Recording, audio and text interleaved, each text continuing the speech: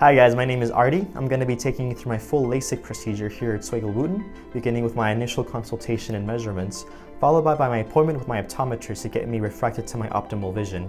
And then those scans will be put into the Wavelight LASIK machine where we'll be showing you the full surgery. And then followed by the post-op care for what it takes to maintain your eyes following this procedure. The first step is to take an array of scans, including a corneal topography which measures the surface of the cornea. This is done to determine whether the patient is a good candidate. Then, the optometrist refracts the patient to determine their refractive error. A good candidate will have a thick, smooth cornea and vision that can be corrected with LASIK, such as astigmatism, hyperopia, or myopia. All those measurements will be put into the Wavelight LASIK machine for surgery. Tell me about your anxiety level right now. Yeah, I'm a little nervous just because, the eyes are so sensitive and fragile. We depend on our eyes for everything, and our eyesight for, everything we do in our lives. So I'm a little nervous, but I definitely trust the decisions we have here. I've seen the surgery being done, firsthand. So I'm definitely ready for it. The doctor puts in an anesthetic eye drop and keeps the eye open using a speculum.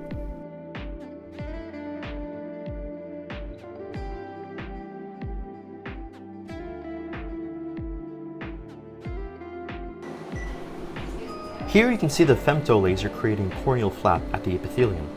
This is done by thousands of tiny gas bubbles that are created across the cornea, proceeding up through the epithelium to the corneal surface. This flap will be lifted and opened up to make reshaping the corneal stroma easier. Then the doctor gently lifts and opens up the epithelial flap to expose the stroma to the Excimer laser.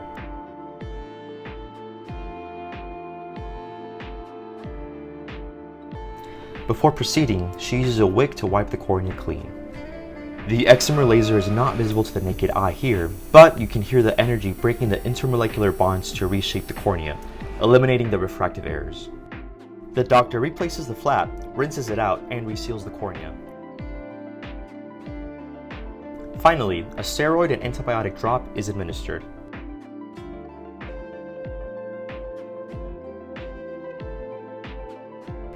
Often, patients see clearly the day after LASIK, and they see a huge improvement in how well they see from the refractive surgery they had the day before. Some of the side effects of LASIK is that you might end up having a little red spot called subconjunctival hemorrhage on the surface of the eye. That's just superficial, that'll go away. Maybe a little bit of dryness and foreign body sensation. The biggest postoperative care is not to rub your eyes. Second to that is using eye drops about 4 times a day, the day after the procedure, and using artificial tears. The drops that you end up using would be steroid drops, prednisolone acetate, and an antibiotic to help prevent infection.